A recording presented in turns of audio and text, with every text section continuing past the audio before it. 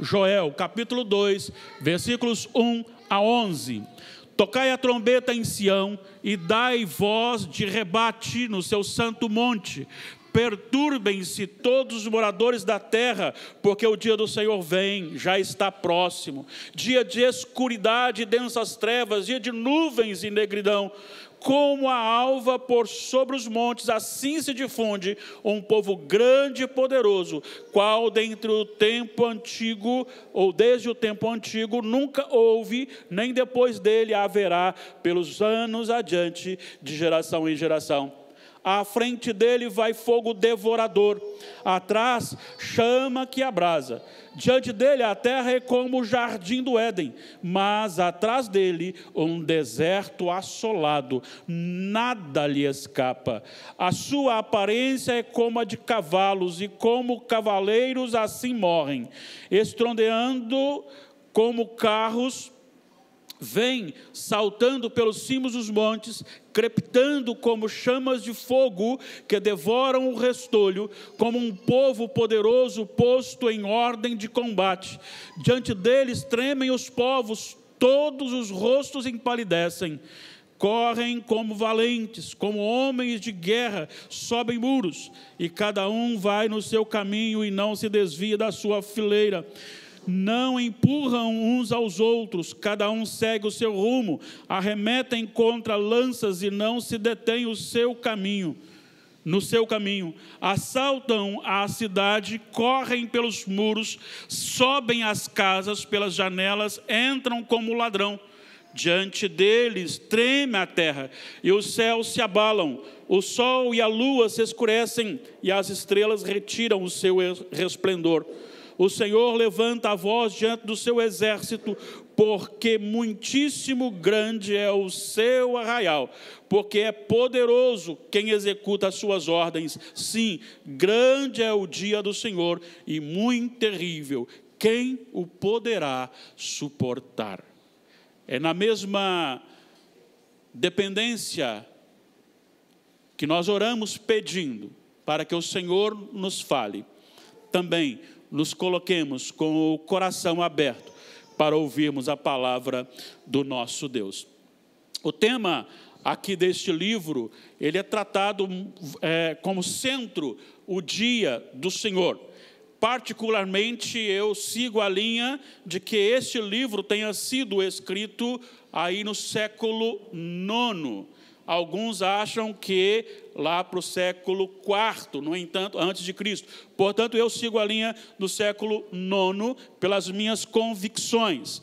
E se você observar aqui, nós temos no primeiro capítulo, versículo 15, falando do dia do Senhor. Ah, que dia? Porque o dia do Senhor está perto e vem como a assolação do Todo-Poderoso. No capítulo 2, versículo 1, tocai a trombeta em Sião e dai voz de rebate no seu santo monte, perturbem-se todos os moradores da terra, porque o dia do Senhor vem, já está próximo. Nós temos nesse mesmo capítulo, versículo 11, a terceira vez citando o dia do Senhor. O Senhor levanta a voz diante do seu exército, porque é muitíssimo grande é o seu arraial, porque é poderoso quem executa suas ordens. Sim, grande é o dia do Senhor e muito terrível, quem o poderá suportar? Ainda neste mesmo capítulo, versículo 31, pela quarta vez o dia do Senhor é revelado, o sol se converterá em trevas e a lua em sangue, antes que venha o grande e terrível dia do Senhor.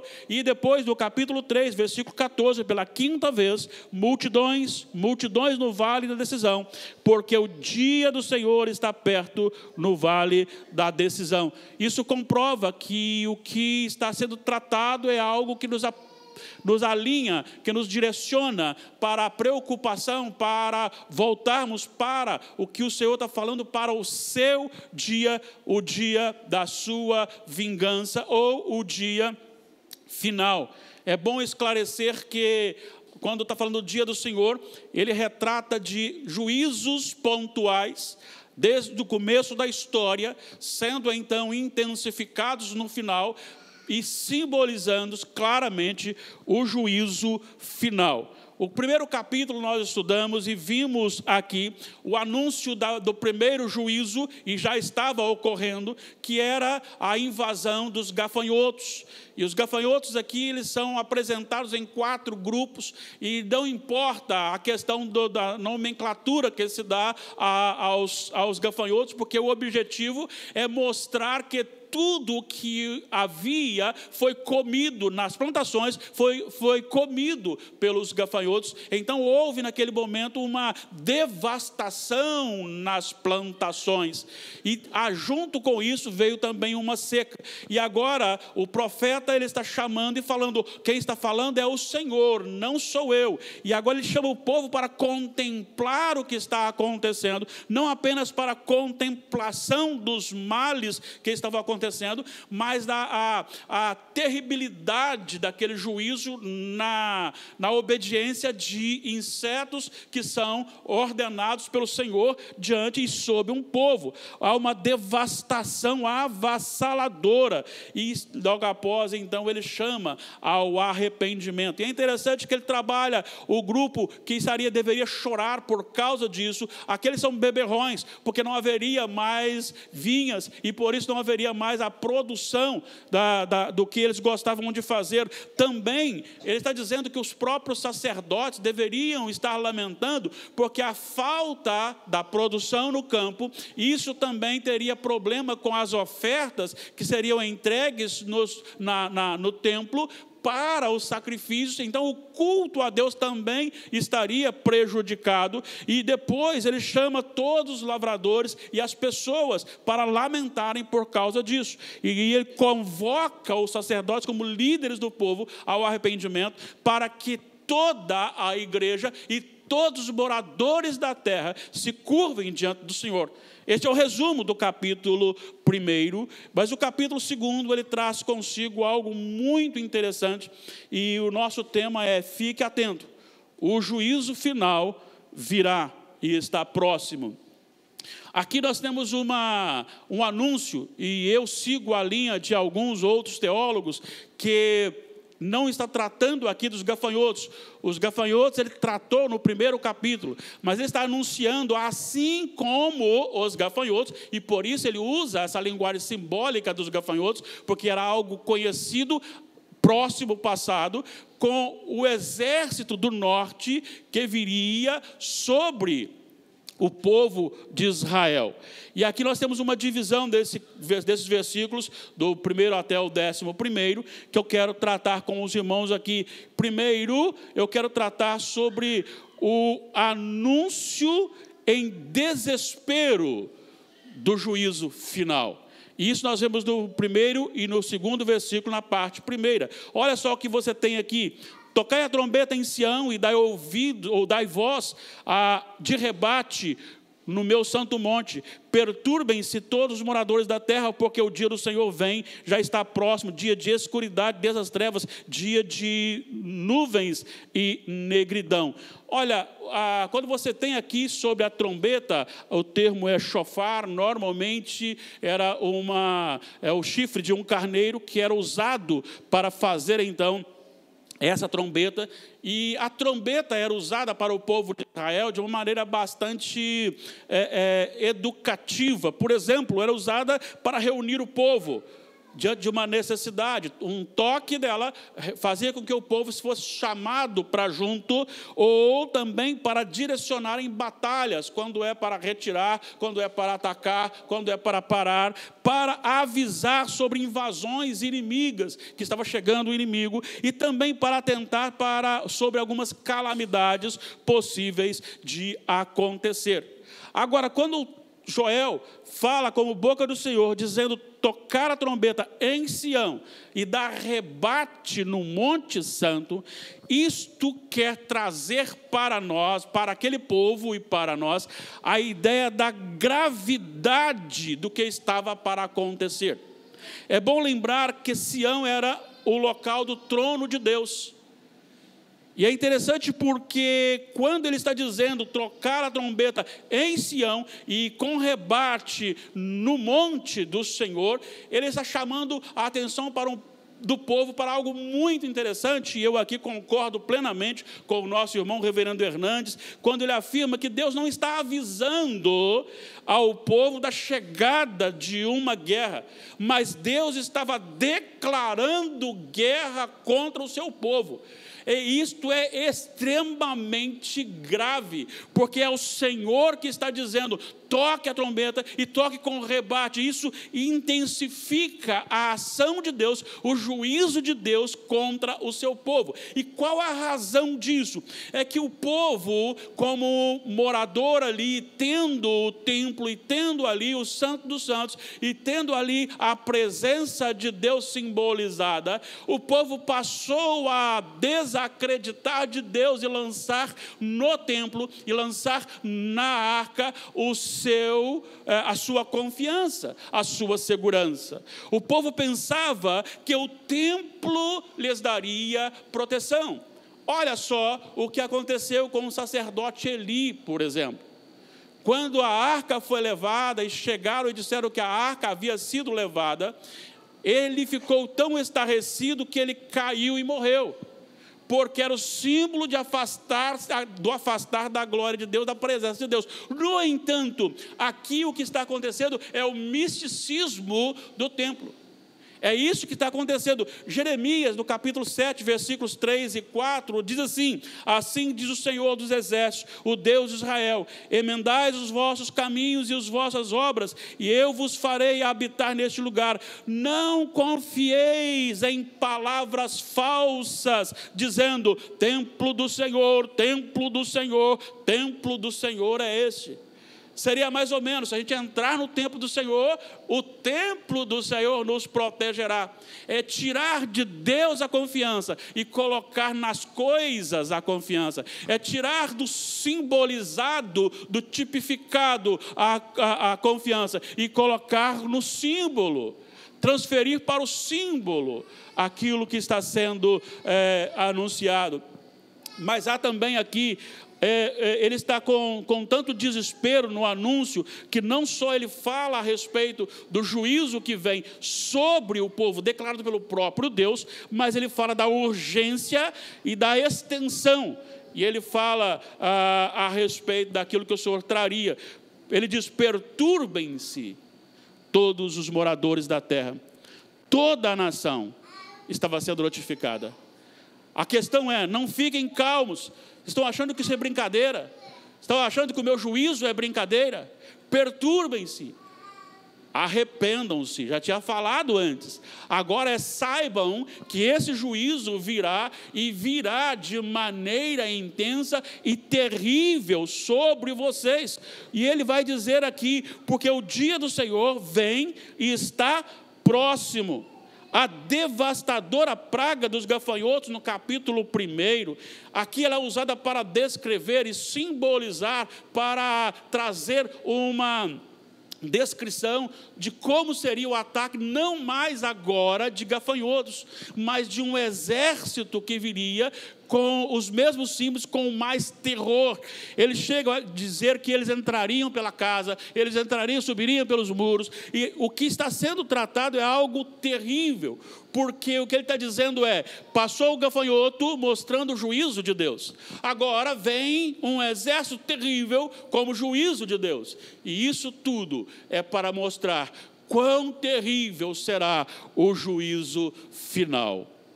A grande lição aqui é: fiquem atentos, o juízo do Senhor virá de forma avassaladora, simbolizada, tipificada em pequenos e terríveis eventos que anunciam um final, não só terrível, mas consumado de todas as coisas. A receber uma mensagem dessa, o profeta realmente tinha que ficar em desespero. E ele quer que o povo entenda o que está acontecendo. O que está acontecendo é para o povo ficar pasmado, é para o povo ficar sem saber o que fazer, porque realmente é algo terrível que estava para acontecer. E é isso que nós estamos anunciando hoje. Hoje temos também alguns juízos pontuais. Às vezes pode ser através de uma cheia, Às vezes pode ser através de uma sequidão de estio. Às vezes pode ser diante de alguma peste. Às vezes pode ser diante de, como agora acabou de acontecer no sul. Às vezes pode ser através de uma praga relacionada a enfermidades, numa própria pandemia. Deus está mostrando coisas pequenas para dizer para você e para mim: aprendam a ler as placas de Deus. Deus está dizendo para você e para mim: aprendam a ler as trombetas, ou ouvir as trombetas sendo tocadas, porque isso tudo é apenas um pouquinho daquilo que será executado no último dia. E nós precisamos também estar dizendo para o povo: acorde. Precisamos sacudir a igreja, precisamos sacudir todo mundo, acordem, porque vocês estão dormindo e o dia do Senhor está próximo. Tem pessoas da nossa casa caminhando para a morte, tem pessoas do nosso lado caminhando para a morte, tem pessoas que nós amamos que estão caminhando para serem condenadas, e nós precisamos sim dizer para essas pessoas, nós precisamos contar para essas pessoas, nós precisamos clamar para essas pessoas, buscar essas pessoas e dizer para ela que o juízo está próximo. A segunda parte desse texto, ele trata sobre os aterrorizantes acontecimentos do dia do Senhor. Primeiro a mensagem anunciada, agora o que acontecerá. Olha só os versículos 2 e 3. Dia de escuridade, densas trevas, dia de nuvens e degridão, como a alva por sobre os montes, assim se difunde um povo grande e poderoso, qual desde o tempo antigo nunca houve, nem depois dele haverá, pelos anos adiante, de geração em geração. À frente dele vai fogo devorador, atrás chama que abrasa. Diante dele a terra é como um jardim do Éden, mas atrás dele um deserto assolado, nada lhe escapa. O que ele está apontando aqui de escuridão e densas trevas, nuvens e escuridão, isso retrata a aflição do coração daqueles que sofrerão o ataque direto do juízo final de Deus. Ele está falando aqui que o juízo final será algo terrível, assim como foi para uma nação, os gafanhotos, assim como seria para aquela nação a invasão de um exército inimigo, mas ele está apontando muito mais para o dia do Senhor. O dia do Senhor, como disse, não significa simplesmente o dia final, mas todos os acontecimentos de julgamento do Senhor na história, sempre caminhando e apontando para o juízo final. Esse dia de juízo, precisamos saber disso. Ele está dizendo aqui, não é dia de salvação para os impenitentes. Por isso, para esses a negridão, para essas trevas, porque sofrerão as consequências da condenação eterna.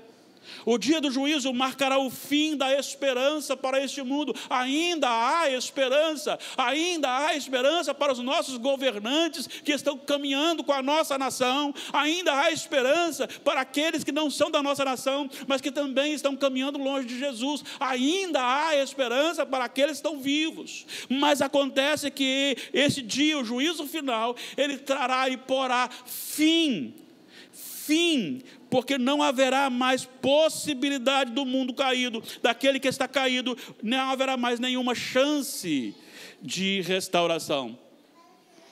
Eu estava em determinado local, em determinado dia, no falecimento de determinada pessoa, e na família dessa pessoa havia pessoas com crenças diferentes da nossa. E quando chegou no final para sepultamento, aquela pessoa se aproximou do caixão, colocou a mão que tinha tirado o visor, a tampa do visor, e olhou e disse para a pessoa que estava ali sendo enterrada: que o Senhor lhe receba nos céus, porque você merece ir para o céu. Você nunca fez o mal, você só fez o que é bom. E eu comecei a pensar, quantas pessoas estão ignorantes com respeito à vida do ser humano. A morte, assim como o dia final, não dá mais esperança para o mundo e nem para as pessoas. É o final.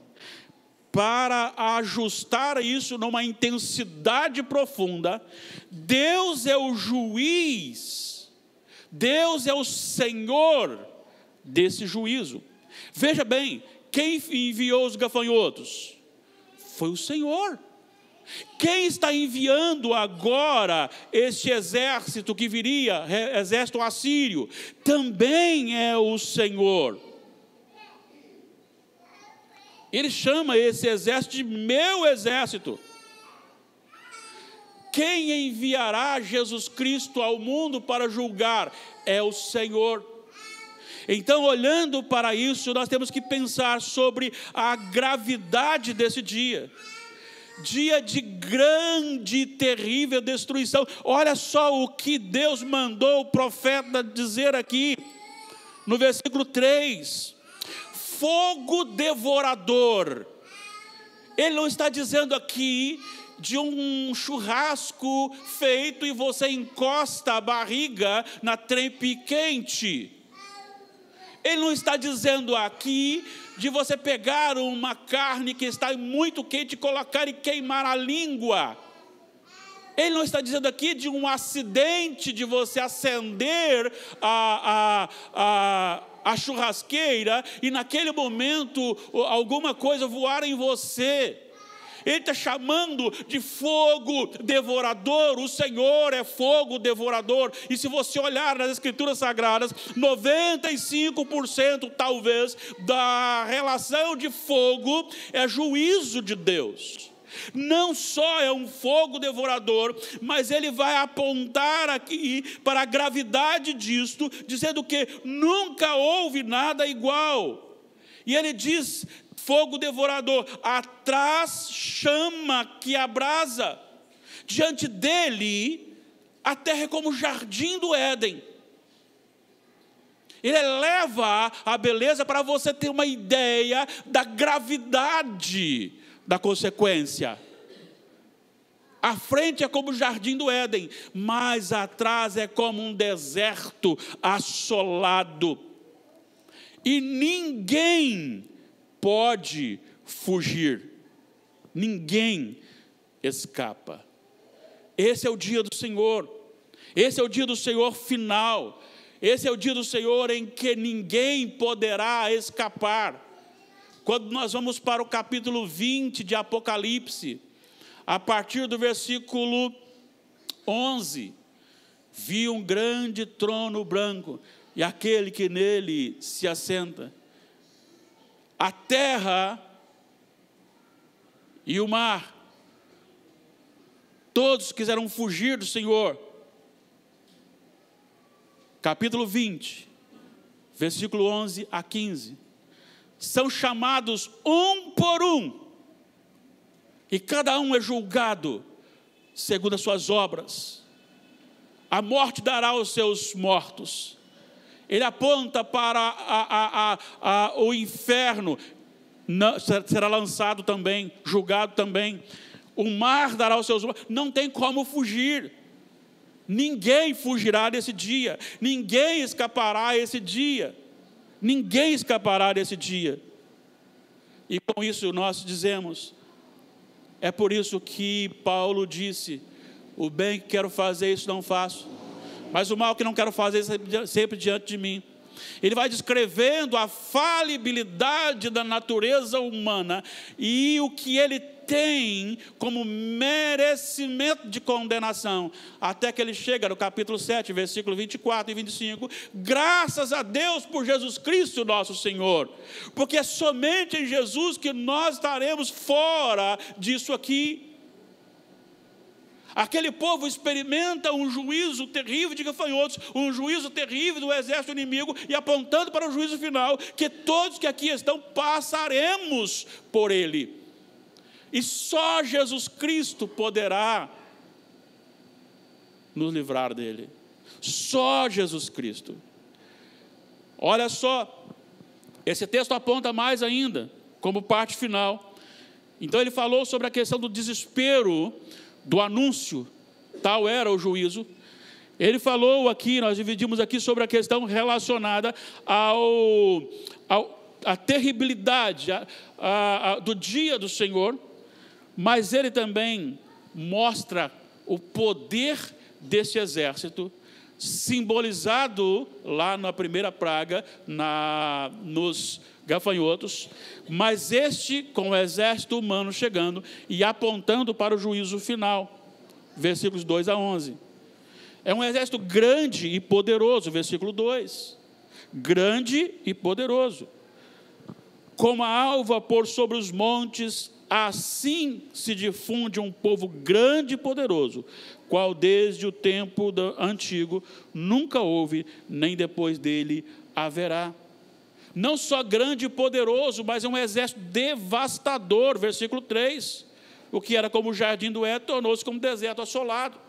Não apenas um exército devastador, mas virão montados em cavalos de guerra, isto revelando o seu poder de guerra, a sua habilidade, a sua força sobre aquele povo e a força final que virá. O exército virá com carros, versículo 5. O poder dele é como o do fogo, versículo 5b.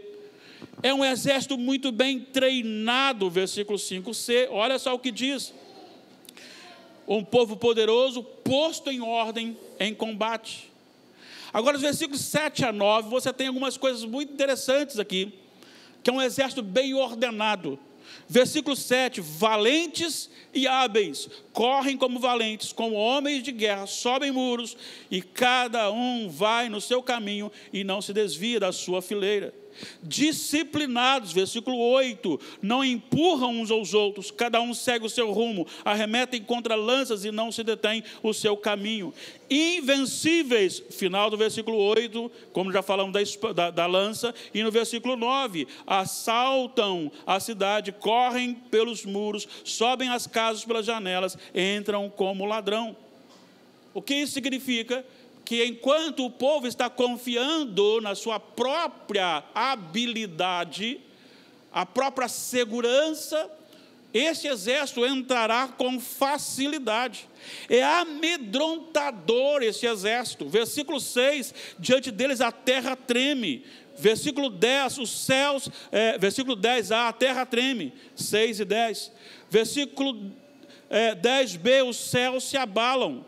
10c, o sol e a lua se escurecem, e as estrelas retiram o seu resplendor. Isso ele está usando uma figura para apontar como será o juízo final. E se você olhar em Mateus capítulo 24, 29 e 30, você lê justamente isso. Logo em seguida, a tribulação daqueles dias, o sol escurecerá, a lua não dará sua claridade, as estrelas cairão do firmamento, e os poderes do céu serão abalados. Então aparecerá no céu o sinal do Filho do Homem. Todos os povos da terra se lamentarão e verão o Filho do Homem vindo sobre as nuvens com poder e muita glória. A linguagem que o Joel usou aqui, Jesus usou para falar sobre o seu retorno e o dia final. É um exército sob a ordem do Senhor nosso Deus.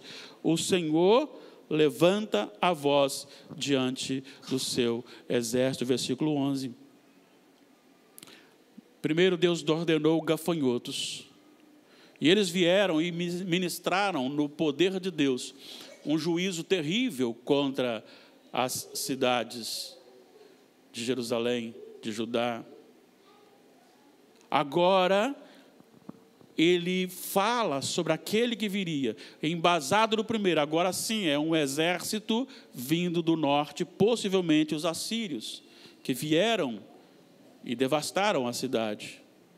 Mas ele está dizendo que o dia final se aproxima, apontando para o juízo final. E é isso que nós precisamos entender.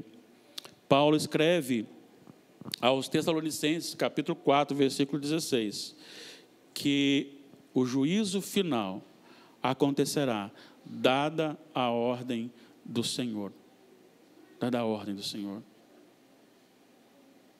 E nós estamos com muita tranquilidade aqui hoje, porque nós fomos comprados, resgatados por Jesus Cristo, nosso Senhor. Mas próximo a nós, tem muitas pessoas sendo condenadas para o juízo final. Aquele que morreu, você não sabe onde ele está. A minha pergunta não é se você o salvou. A minha pergunta é: falamos do amor de Jesus para ele? Falamos da gravidade do juízo final para ele? Por isso eu faço algumas aplicações para a nossa vida aqui, encerrando este sermão. Primeira, assim como Deus demonstrou o dia do Senhor através de gafanhotos e exército inimigo que vieram sobre Judá, Deus tem falado hoje a todos nós sobre a gravidade do dia final, e ele se aproxima. Nós não sabemos, há muitas coisas para acontecer ainda diante das profecias, sim, mas Deus pode fazer acontecer isso dentro de um dia. Deus pode fazer isso acontecer dentro de uma semana. Ele pode fazer, e ele pode retornar. E retornando acabam as oportunidades. E ele retornando, todos nós estaremos sendo apresentados diante do trono do julgamento. Paulo diz aos Coríntios: todos nós compareceremos. E talvez você possa dizer assim: não, mas eu fui salvo por Jesus Cristo. Mas talvez eu teria vergonha de chegar lá e falar na hora da minha vez, e falar assim: pois então, você não falou para aquela pessoa, né? Pois então, ela esteve com você, ela viveu com você, e você não falou, e agora ela está condenada. E aí? E aí? Nós precisamos saber que o dia se aproxima. É interessante porque as pessoas estão pensando no Apocalipse, no cavalo preto, no cavalo branco, no cavalo vermelho, no cavalo amarelo, pensando que você vai ver um cavalo gigantesco se aproximando, enquanto os cavalos já estão soltos, estão passando, já tem fome, já tem guerra, já tem morte. E cada vez intensificando mais para dizer, as trombetas estão sendo tocadas e nós estamos como que adormecidos. Segunda aplicação: uma vez que temos ciência da terribilidade do juízo final, devemos com urgência e diariamente tocar a trombeta em rebate, anunciando e denunciando a injustiça e anunciando o retorno de Jesus. E também quão terrível será esse dia para os impenitentes, mas quão glorioso será para os filhos de Deus. Nós não podemos perder oportunidades. Nós não podemos deixar passar. Nós não somos daqui. Nós estamos aqui para a glória de Deus. E Deus tem que ser glorificado na nossa vida e através da nossa boca. Eu me cansei de ser quem eu sou até agora. Já estou completando 57 anos. Daqui 3 anos eu sou uma pessoa idosa. E eu não estou satisfeito com a maneira como eu tenho vivido. Eu não quero mais viver assim. Eu preciso viver de forma diferente, eu preciso viver mais santamente, eu preciso que Deus seja glorificado em mim. Eu preciso que Deus mova sobre vocês como minhas pessoas que são lideradas pelo meu pastoreio. Eu preciso isso, eu tenho buscado isso, orei isso hoje aqui, antes do culto, clamando isso, porque eu não quero ser mais este. E eu não quero que você também seja mais este.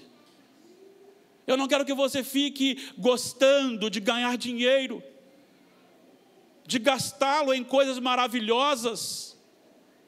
Eu não quero que você goste de roupas de marca, ou roupas não marcas, mas novas sempre, de passeios, que isso comece a prender você aqui e a tampar, a ser como cataratas espirituais nos seus olhos, para que você não veja o que está acontecendo com o Brasil, o que está acontecendo com o mundo, o que está acontecendo de forma geral, apontando para o juízo final, para a manifestação da besta.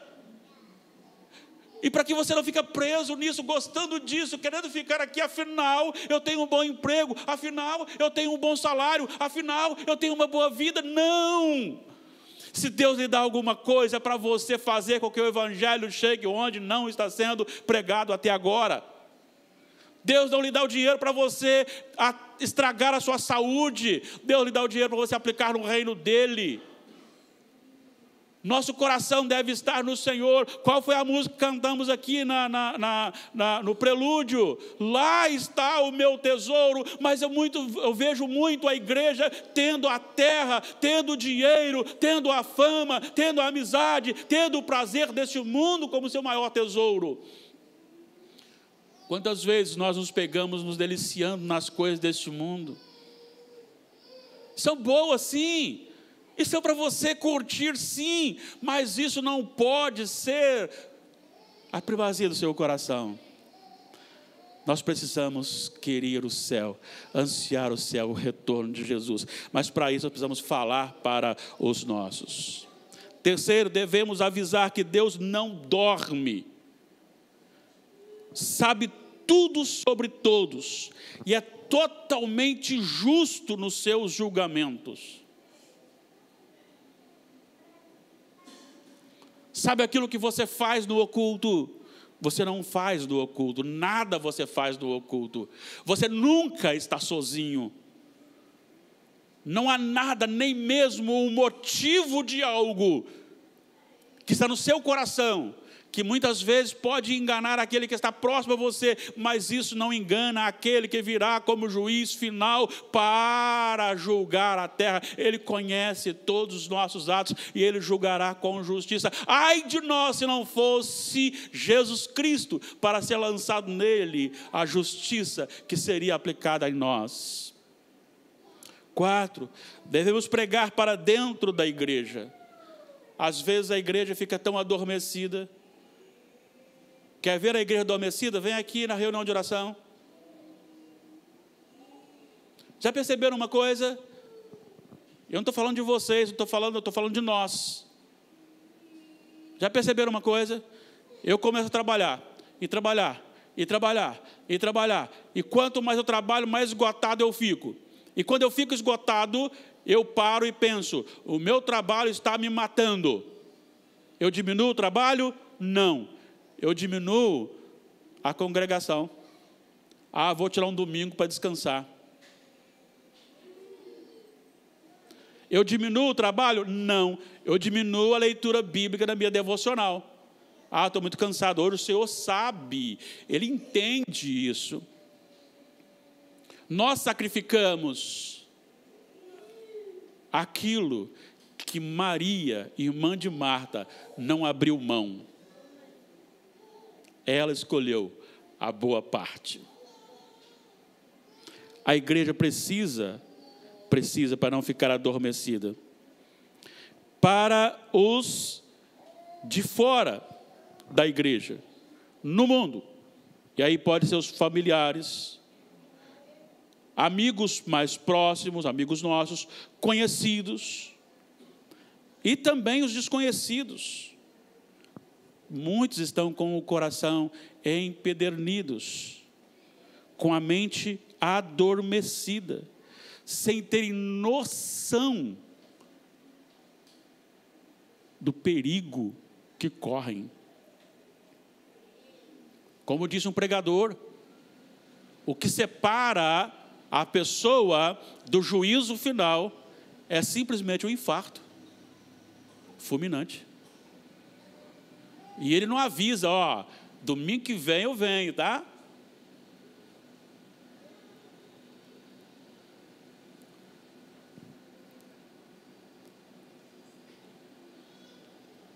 As pessoas estão vivendo, a igreja está vivendo, o mundo está vivendo como se nunca existisse o juízo final. E diante do que ouvimos, queridos irmãos, eu os conclamo, ou até nos conclamo, incluindo-me na parte que também recebo de mim mesmo. Aqui agora, neste momento,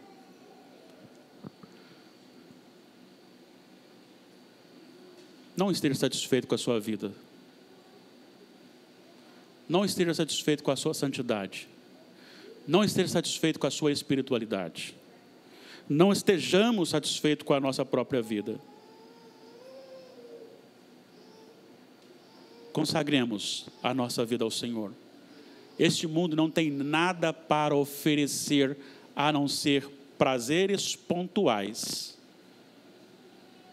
que são minimamente comparados com a terribilidade do juízo final. E quando você escolher ser santo, você vai sofrer por Jesus. Você vai sofrer por causa de Jesus.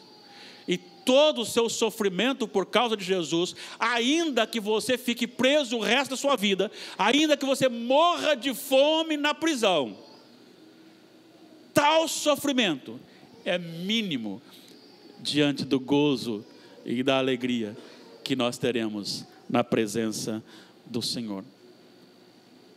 Deus me chamou aqui nesta noite e eu orei: Senhor, traga, Senhor. Eu queria o templo lotado. Deus falou: não, eu quero só este povo aqui para ouvir isso. E Ele falou no meu coração essa semana toda, e eu fiquei ansioso para pregar esse texto, porque esse texto falou muito ao meu coração.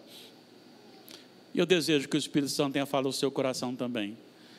Eu quero que você se coloque em pé. Eu quero que você abra o seu coração. Eu quero que você fale um pouquinho com Deus agora sobre a sua vida. Está feliz do jeito que você está? Se está, fale assim: Senhor, eu estou bom. Eu estou muito bem espiritualmente e tal. Agora, se você não está feliz, peça ao Senhor para mover o seu coração. Sabe, às vezes a gente tem uma vida tão parecida com a dos ímpios. Maneira de falar, maneira de usar expressões, gírias, comprar, ver coisas, ouvir coisas, falar coisas. Às vezes a nossa vida tem sido uma vida tão medíocre. Sabe, se você for olhar assim, o fruto, se você for comparar, assim como se você fechar o microfone em algumas igrejas que se dizem evangélicas e algumas manifestações em terreiros de macumba, a movimentação é tão idêntica que você não vai diferenciar. Muitas vezes também, o nosso comportamento também não difere em nada do comportamento dos ímpios. Sensualidade, seja do homem, seja da mulher. Mau comportamento, seja do homem, seja da mulher. Prioridades, seja do homem ou da mulher. Coloque isso na presença de Deus.